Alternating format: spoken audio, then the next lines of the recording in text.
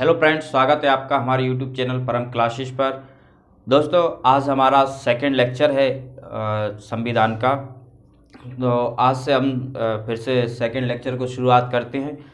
तो कल जो हमने पिछली वीडियो में देखा था संविधान की परिभाषा, संविधान क्या होता है, तो हमने देखा था कि किसी भी देश के कानून और नियमों का जो समूह होता है ये लिखित भी हो सकता है, अलिखित में भी हो सकता है। उसको हम संविधान, ये हमने परिभाषा पढ़ी थी। फिर हमने देखा था संविधान सभा का गठन, कि संविधान में 389 जो सदस्य थे, जिसमें से 296 सदस्य पे देखा था आपने चुनाव हुआ था जो निर्वाचित होकर आए थे, और 93 जो सदस्य थे देशी रियासतों के, वो मनोनीत होकर आए थे। तो दोस्तों, आज हम पढ़ते हैं कि संविधान सभा कैसे कार्य करेगी और क्या क्या कार्य रहेंगे, इसकी कैसी बैठक होगी, कौन कौन इसके समितियां बनेंगी, कौन कौन उसके अध्यक्ष होंगे, वो सब हम आज देखेंगे। तो पहला एक और अपन पिछले में पॉइंट को समझते हैं कि संविधान सभा का जो गठन हुआ था, कैबिनेट मिशन जो आया था 1946 में, उसके प्रावधानों के अनुसार हुआ था। ये आपको बात याद रखना है। और दूसरा एक और पॉइंट रखना है कि क्वेश्चन कभी कभी आ जाता है कि जो भारतीय संविधान जो बना था, हमारा जो भारतीय संविधान हैगा, तो जो संविधान सभा का निर्माण किसने किया था। क्वेश्चन आता है कि इस भारतीय संविधान, ये है भारतीय, क्वेश्चन आ जाता है भारतीय संविधान का निर्माण किसके द्वारा हुआ था, किसके द्वारा हुआ था। तो दोस्तों, इसमें ऑप्शन आ जाते हैं क्या, भीमराव अंबेडकर, अंबेडकर। अब इसमें पूछते हैं कि किसके द्वारा, ऑप्शन रहेंगे, इस भारतीय संविधान का निर्माण किसके द्वारा हुआ था। क्वेश्चन बनता है तो कोई ऑप्शन आ सकते हैं कि क्या भीमराव अंबेडकर जी ने किया था, या फिर महात्मा गांधी जी ने, या संविधान सभा क्रिप्स मिशन। तो आपको ये याद रखना कि भारतीय संविधान का निर्माण अगर पूछा जाए तो संविधान सभा ने किया था, किसी एक व्यक्ति या कोई वो नहीं था। इसमें पूरी संविधान की सभा बैठकें हुई थी उसकी, तो पूरा संविधान किसको श्रेय मिलता है, संविधान सभा को। इसमें समितियां भी थी, पूरा एक प्रारूप तैयार हुआ था, तब जाके हुआ था। तो संविधान सभा द्वारा क्या हुआ था, इस संविधान का निर्माण हुआ था। तो संविधान, एक तो यही क्वेश्चन हो जाएगा आपका। अब देखिए, आप कुछ अपन देखते हैं कि संविधान जो बना, सभा के कुछ मुख्य तथ्य जो क्वेश्चन इनसे आ जाते हैं वो हम समझते हैं। कि एक तो संविधान सभा में क्वेश्चन पूछता महिला सदस्यों की संख्या कितनी थी। तो दोस्तों, महिला सदस्यों की संख्या उसमें 15 थी। संविधान जो सभा बनी थी उसमें महिलाओं की सदस्य संख्या कितनी थी, 15 थी। फिर उस सभा में अगर आपसे पूछा जाए, एक और जो सभा में मुस्लिम महिला थी, क्वेश्चन ये भी आता है कि मुस्लिम महिला का अगर पूछा जाए तो कौन थी, बेगम एजाज रसूल, बेगम एजाज रसूल। ये मात्र एक महिला थी, कौन सी, मुस्लिम। 15 महिलाएं जो थी उनमें से एक मुस्लिम महिला थी, बेगम एजाज रसूल, आपने देखा। इसमें और विजय लक्ष्मी पंडित थी, अमृता कौर, ऐसे 15 महिलाएं थी इसमें, है ना। उनमें से एक कौन थी, बेगम एजाज रसूल। तो एक पॉइंट ये हो गया, ठीक है। एक इसमें ये बन जाता है। एक और तक देखते हैं कि हैदराबाद एक ऐसी देशी रियासत थी जिसके प्रतिनिधि, देखो देशी रियासतों से सब जगह से आते, 93 जो सदस्य थे देशी रियासत के, लेकिन इसमें एक देशी रियासत उस टाइम एक और थी, हैदराबाद। हैदराबाद में से ध्यान रखना है कि कोई भी सदस्य, इसका प्रतिनिधि, कोई भी प्रतिनिधि संविधान सभा में शामिल नहीं हुए थे। ये फैक्ट है इसका, ये आप याद रखना है। क्वेश्चन बन सकता है ऐसी कौन सी देशी रियासत थी, जिसमें से कौन सी देशी रियासत थी जिसका प्रतिनिधि संविधान सभा में शामिल नहीं हुआ था। तो आंसर रहेगा इसका हैदराबाद। याद रखना आपको, हैदराबाद एक ऐसी देशी रियासत थी जिसका कोई भी प्रतिनिधि का नहीं आया था, संविधान सभा में शामिल नहीं हुआ था। अगला है फैक्ट है इसका कि संविधान सभा में अंबेडकर जी जो थे पहली बार निर्वाचित बंगाल से। देखिए क्या हुआ था अंबेडकर जी का, पहले तो ये निर्वाचित हुए कहाँ से, बंगाल से, लेकिन इनसे पहले इनका बॉम्बे से भी हुआ था, लेकिन बॉम्बे से ये हार गए थे। तो फिर इनको बंगाल से चुना गया था। बंगाल से पहली बार जो कहाँ से चुने गए, ये बंगाल से। अब बंगाल से निर्वाचित हो गए संविधान सभा के सदस्य के। लेकिन क्या हुआ कि आपने देखा 1947 में हमारा देश का विभाजन हो गया, एक पाकिस्तान बन गया और एक तरह हमारा भारत। तो जो बंगाल, जो आज का पश्चिम जो बांग्लादेश है, पहले ये भी क्या पाकिस्तान का ये हिस्सा था, जिसको हम पहले बोलते थे पूर्वी पाकिस्तान। तो ये वाला जो बंगाल का हिस्सा था ये कहाँ चला गया, पूर्वी पाकिस्तान में। अब पूर्वी पाकिस्तान में जाने के कारण अब वो तो हमारे में बचा नहीं, तो इनके लिए फिर वहाँ से डॉक्टर राजेंद्र प्रसाद एक पत्र लिखते हैं, यहाँ की सीट खाली करवाते हैं बॉम्बे की। तो फिर बॉम्बे से इनको फिर से चुनाव लड़ाया जाता है, तो ये बॉम्बे से फिर जीत कर आते हैं, फिर से कौन, अम्बेडकर जी। तो संविधान सभा के लिए पहली बार जो निर्वाचित हुए थे बंगाल से, फिर बंगाल पाकिस्तान में चला गया, इसके बाद वहाँ से फिर इनको कहाँ से लड़ाया गया, बॉम्बे से, फिर ये बॉम्बे से निर्वाचित हुए। क्वेश्चन ये बनता है। दूसरा है कि संविधान का प्रारूप, एक और बहुत इंपॉर्टेंट है पॉइंट, कि संविधान का जो प्रारूप तैयार किया था, कैसे संविधान होगा, वो किया था किसने, बेनेगल नरसिंह राव ने। ये बहुत इंपॉर्टेंट है। तो बी एन राव इनको शॉर्ट में बोलते हैं। बी एन राव जी जो थे उन्होंने तैयार किया था क्या, संविधान का प्रारूप। क्वेश्चन बहुत इंपॉर्टेंट है, संविधान का प्रारूप किसने तैयार किया था, तो बेनेगल नरसिंह राव। अब ये देख कोई ये कोई संविधान सभा के सदस्य भी नहीं थे, है ना, तो ये कौन थे, जज थे। ये जज कौन थे, जज थे ये कोर्ट में, INC इंडियन नेशनल कोर्ट जो था, तो कोर्ट के जो क्या थे, जज थे, उन्होंने क्या किया था, संविधान का एक प्रारूप तैयार किया था। हमें लगता है कि प्रारूप तो अम्बेडकर जी ने किया हुआ था, ऐसा नहीं है। तो BN राव जज थे, इन्होंने ये प्रारूप पूरा तैयार किया। प्रारूप तैयार करने के बाद में फिर जो एक समितियां बनेंगी, तो वो समितियां बनाई जाएंगी, फिर उसमें अम्बेडकर जी को उसका अध्यक्ष बनाएंगे। लेकिन अगर आपसे पूछा जाए संविधान का प्रारूप किसने तैयार किया था, तो ये ध्यान रखना है, बेनेगल नरसिंह राव।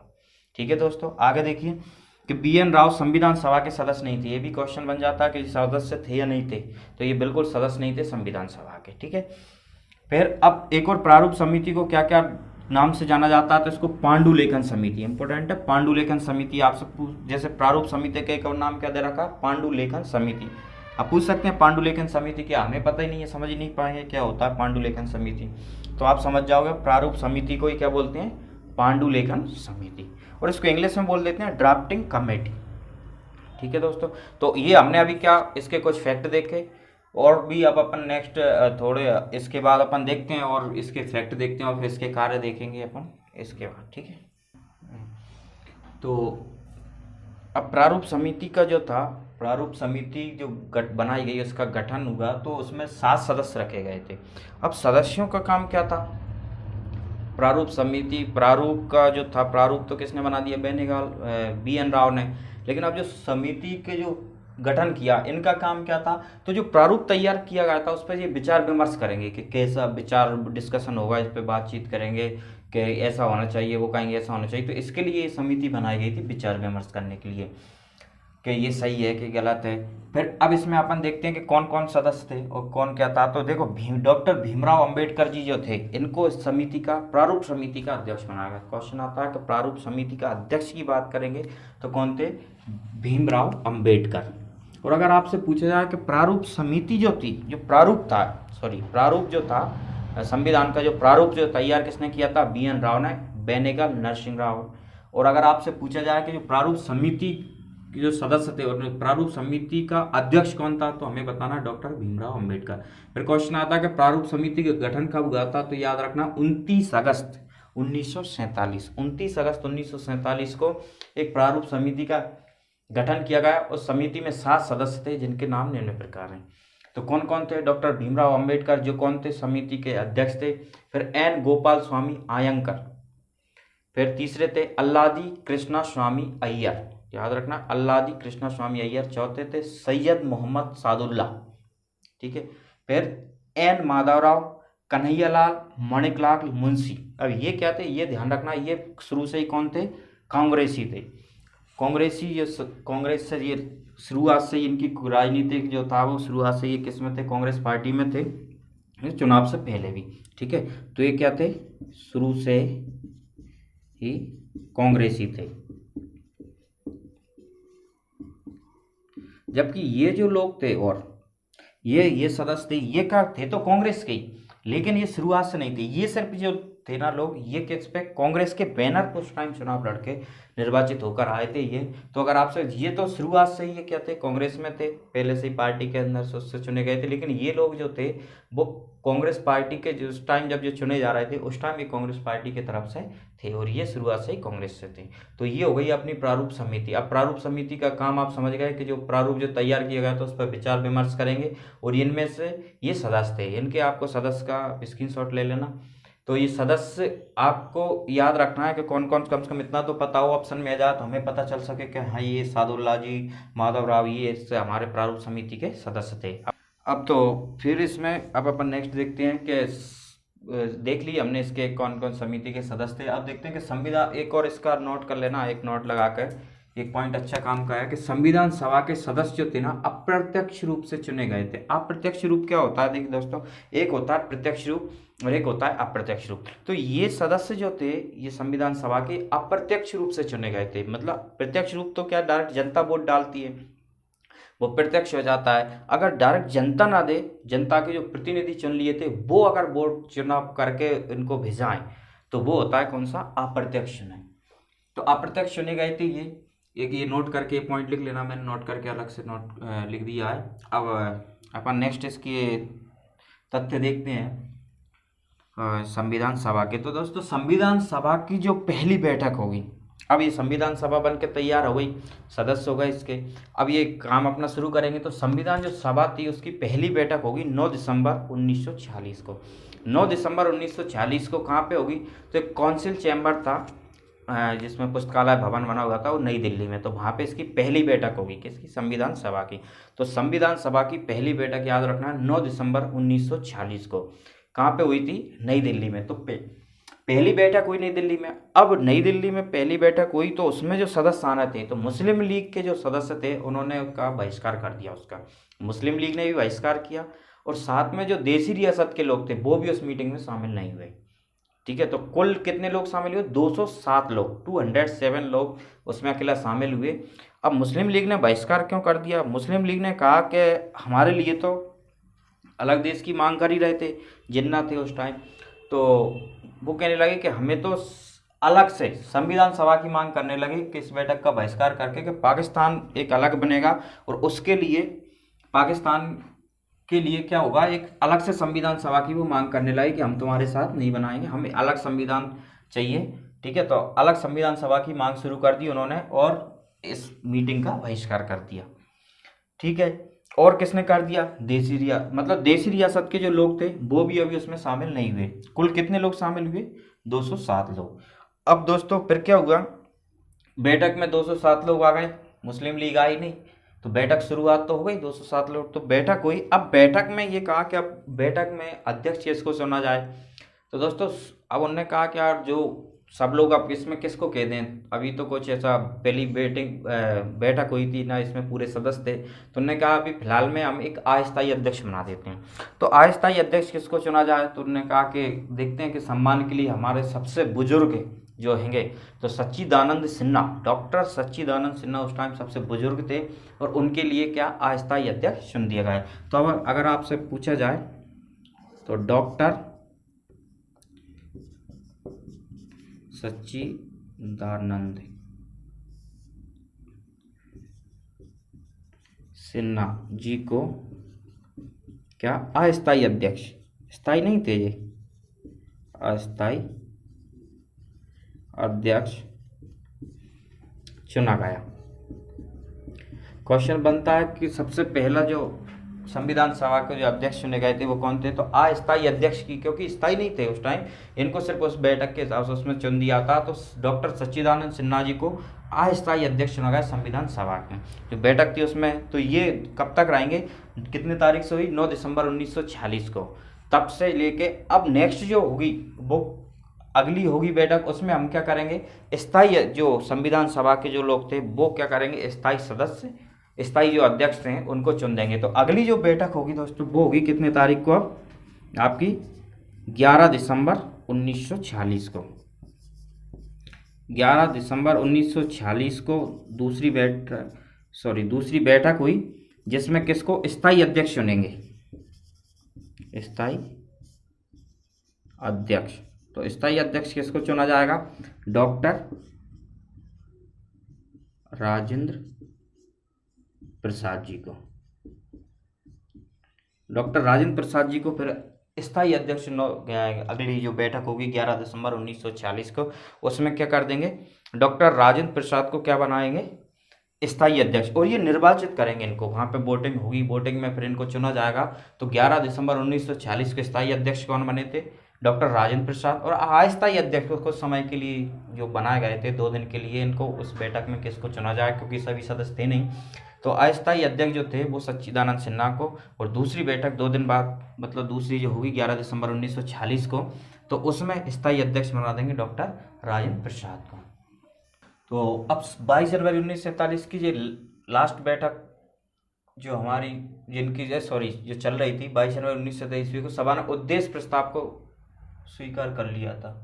इससे पहले क्या था कि जो 13 दिसंबर 1940 को, 11 दिसंबर को स्थायी अध्यक्ष बन गए थे, तो 11 के बाद जो अगली होगी 13 दिसंबर 1946 को, जहाँ पे उद्देश्य प्रस्ताव को स्वीकार नहीं किया था, लेकिन कहाँ कर लिया था? 22 जनवरी 1947 को उद्देश्य प्रस्ताव को स्वीकार कर लिया।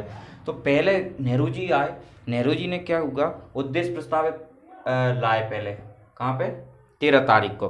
तो 13 दिसंबर 1946 को संविधान सभा में इन्होंने उद्देश्य प्रस्ताव के साथ सभा प्रारंभ हुई, जो बैठक हुई, उद्देश्य प्रस्ताव उन्होंने लाए नेहरू जी। तो इसको इसने स्वीकार नहीं किया। कब करेंगे? 22 जनवरी 1947 को। फिर जो अगली बैठक होगी उसमें 22 जनवरी 1947 ईस्वी को सभा ने उद्देश्य प्रस्ताव को क्या कर लिया? स्वीकार कर लिया। जो का नहीं करा था 13 दिसंबर वाले में अस्वीकार कर दिया था, लेकिन 22 जनवरी 1947 ईस्वी को उद्देश्य प्रस्ताव को स्वीकार कर लिया।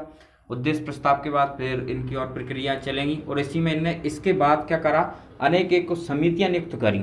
तो ये अब काम होगा, कार्य चलेगा अपना, जो भी अपन संविधान के लिए इकट्ठे करेंगे, सबके विचार विमर्श होंगे, अलग अलग काम सौंप दिए कि आपको ये काम करके लाना, आपको ये काम करके लाना। तो ऐसी इन्होंने समितियां, कि बैठक में चर्चा हो गई थी क्या, तो फिर इन्होंने समितियां बनाई। ठीक है, समितियां, संविधान सभा ने समिति बनाई, क्या इनको अलग अलग काम दिए। तो अपन ये देखते हैं कि कौन कौन सी समिति जो थी और इनके कौन किसको अध्यक्ष बनाया गया। तो दोस्तों देखिए, संचालन समिति जो थी, पहली थी संचालन समिति, जिसको डॉक्टर राजेंद्र प्रसाद, जो हमारे आगे जाके क्या करेंगे? पहले राष्ट्रपति बनेंगे। तो संचालन समिति के अध्यक्ष, क्वेश्चन आता है संचालन समिति के अध्यक्ष कौन थे? तो डॉक्टर राजेंद्र प्रसाद। और एक और इनके लिए थी राष्ट्रध्वज संबंधी समिति। राष्ट्रध्वज कैसा क्या होगा, सब इस पर डिस्कशन कर रहे थे, सबसे विचार विमर्श के लिए ये समिति बनाई गई थी। इसके भी अध्यक्ष डॉक्टर राजेंद्र प्रसाद थे। ध्यान रखना, दोनों समिति के अध्यक्ष थे, दो समितियां के इनको अध्यक्ष बनाया था, एक संचालन समिति और एक राष्ट्रध्वज संबंधी समिति। फिर तीसरी जो थी संघीय संविधान समिति। तो ये कौन थे? संघीय संविधान समिति के पंडित जवाहरलाल नेहरू। तो संघ जहां आ रहा है वो याद रखना है, संघ में कौन थे? पंडित जवाहरलाल नेहरू। तो संघीय संविधान समिति और एक और थी संघ शक्ति समिति, ये 2 समिति इनकी थी, इनको अध्यक्ष बनाया गया था पंडित जवाहरलाल नेहरू। ठीक है, अगला है प्रांतीय संविधान समिति। प्रांतों की जिम्मेदारी जो रहेगी उसके लिए एक समिति बनाई गई। और जो मौलिक अधिकारी, हम आगे देखेंगे आगे के पार्ट्स में कि कौन क्या क्या मौलिक अधिकार हैं। ठीक है, तो जो मौलिक अधिकार संबंधी जो थे उनके लिए उसका जो अध्यक्ष बनाया गया था समिति का, वो थे सरदार वल्लभ भाई पटेल। सरदार वल्लभ भाई पटेल को किसका बनाया? प्रांतीय संविधान समिति का और मौलिक अधिकार का, दोनों का इनको बनाया सरदार वल्लभ भाई पटेल को। और प्रारूप समिति का आपने पहले ही देख लिया था कि प्रारूप समिति का अध्यक्ष जो थे कौन थे? भीमराव अंबेडकर। जबकि प्रारूप अगर पूछा जाए संविधान का प्रारूप किसने तैयार किया था, तो वो कौन थे? BN राव। ठीक है, तो प्रारूप समिति के अध्यक्ष कौन थे? डॉक्टर भीमराव अंबेडकर। और जबकि संचालन समिति के डॉक्टर राजेंद्र प्रसाद, राष्ट्रध्वज संबंधी राजेंद्र प्रसाद, और संघीय संघ लग रहा है तो पंडित जवाहरलाल नेहरू, प्रांतीय संविधान के सरदार वल्लभ भाई पटेल, प्रारूप के अंबेडकर जी। तो आपने देखा कि पहली 9 दिसंबर को ही, फिर 11 दिसंबर को, फिर 13 दिसंबर में नेहरू जी ने उद्देश्य प्रस्ताव लेकर आए, तो लेकिन संविधान सभा ने इसको अस्वीकार कर दिया था, स्वीकार नहीं किया था। फिर 22 जनवरी में जो बैठक होगी उसमें इसको स्वीकार कर लिया गया और अनेक समितियां भी नियुक्त की गई। समितियां जो थी उनके हमने देखा, समितियां देखी और उनके अध्यक्ष को देखा। ठीक है, अब अपन आगे देखते हैं। अब आप देखते हैं कि संविधान सभा जो थी उसके कार्य क्या थे। तो संविधान सभा के जो कार्य थे, एक तो संविधान का निर्माण करना, और संविधान का निर्माण जो ला रहे थे, नोट करते जा रहे थे। अब उसके बाद संसद के रूप में, और ये काम था संसद के रूप में, अब जो सब अपना अपना लेकर बना कर लाए थे उसको संसद में रखना और संसद में फिर उस पर बहस करना, ये चल रहा था। तो संविधान सभा का जो निर्माण के समय जो अध्यक्षता करते थे वो थे डॉक्टर राजेंद्र प्रसाद। याद रखना है कि संविधान सभा का निर्माण चल रहा था जब डॉक्टर राजेंद्र प्रसाद करते थे, और जब संसद में जाके जो बहस चलती थी तब थे जीवी मावलंकर उसकी अध्यक्षता करते थे। तो ये दो चीज़ें आपको याद रखना है, ये संविधान सभा के। तो इसमें चलता रहेगा, ये कार्य जो था वो चल रहा था। ऐसा नहीं कि एक दिन में ही होगा, ये लंबे समय तक चला था। इसमें 2 वर्ष 11 महीने 18 दिन तक ये चला था। ठीक है, तो इसके अधिवेशन होंगे। ठीक है, तो लगभग 11 प्लस 1 12 अधिवेशन जिसके हुए थे। अब हम देखते हैं कि अब इसी टाइम क्या चल रहा था। ये तो संविधान सभा अपना कार्य कर ही रही थी, और उसी टाइम आपने देखा क्योंकि 1946 से हो गई थी इसकी शुरुआत, और 1947 में देश का विभाजन हो गया। अब देश, क्योंकि उसमें क्या था कि जो संविधान सभा थी उसमें तो कुछ पाकिस्तान के हिस्से वाले जो लोग थे वो भी थे और भारतीय भी थे, लेकिन 1947 के बाद जब 2 अलग देश बने तो उस टाइम कुछ लोग अलग हो गए। तो संविधान सभा का एक बार फिर से क्या होगा, पुनर्गठन होगा, फिर से गठन करेंगे इसके। तो पुनर्गठन हुआ 31 अक्टूबर 1947 ईस्वी को। ठीक है, तो क्वेश्चन बनता है कि संविधान सभा का देश विभाजन के बाद जो पुनर्गठन हुआ था वो कब हुआ था। तो 31 अक्टूबर 1947 ईस्वी को संविधान सभा का पुनर्गठन हुआ, जिसमें सदस्य संख्या कितनी बची थी फिर 299। 299 जो सदस्य संख्या बची थी किसके बाद, विभाजन के जो पुनर्गठन के बाद। ठीक है, पुनर्गठन के बाद क्या बची थी 299 संख्या बची थी, जिसमें तो 299 बची थी, जिसमें क्या था कि 229 और प्लस 70। ठीक है, तो 229 प्लस 70 जो थे, है ना, 229 उसमें से बचे थे, और जो देसी रियासत वाले क्या थे 70। ठीक है, तो इस तरीके से इसमें कितने हो गए थे 299 सदस्य, है ना, पुनर्गठन के बाद।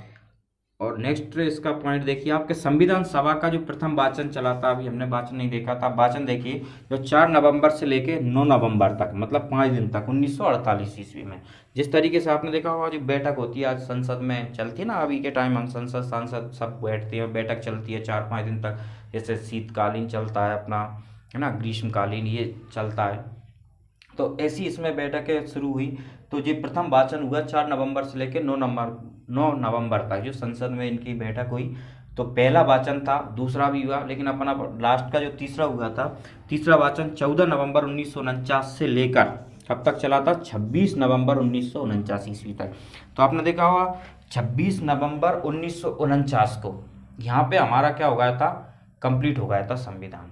लेकिन 26 नवंबर को हमने क्या किया था, बन तो गया था पूरा, लास्ट अंतिम बैठक जो हुई इसमें 284 सदस्य शामिल थे। 284 सदस्यों ने हस्ताक्षर करे संविधान पर, और आंशिक रूप से इस दिन हमने क्या कर दिया था, लागू कर दिया था। अब इस दिन हमने पूरा क्यों नहीं किया, तो आप जानते हैं 26 नवंबर 1949 को कंप्लीट तो हो गया, लेकिन हमने इसको पारित पूर्ण रूप से कब पारित करेंगे 26 जनवरी 1950 को। तो उस टाइम क्यों नहीं करा, उसका भी रीज़न था, आपने सुनना होगा कि ये हम 26 जनवरी को एक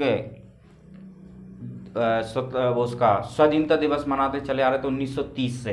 तो उन्होंने इन्होंने दिमाग लगाया कि यार अपन अगर इसको अभी पूरा पारित कर देंगे तो हमारी जो 26 जनवरी को हम जो मनाते आ रहे हैं राष्ट्रीय दिवस, उसको हम वो तो खाली डेट जाएगी। तो इन्होंने कहा कि चलो एक काम करते हैं, जो महत्वपूर्ण इम्पोर्टेंट अनुच्छेद जो हैंगे जिसकी हमें आज ही ज़रूरत है, उनको तो लागू कर दिया। तो लगभग 15 वैसे बताते इसमें, लेकिन 16 हुए थे, 15-16 जो आर्टिकल जो थे वो कब लागू कर दिया इसको 26 नवंबर 1949 को। और जो बाकी का बचेगा, उन्होंने कहा कि यार अपन उस डेट खाली जाएगी, अब हम उस राष्ट्रीय दिवस मना तो रहे थे, लेकिन अब उस दिन क्या करेंगे, तो उस दिन कहा कि हम इसको थोड़ा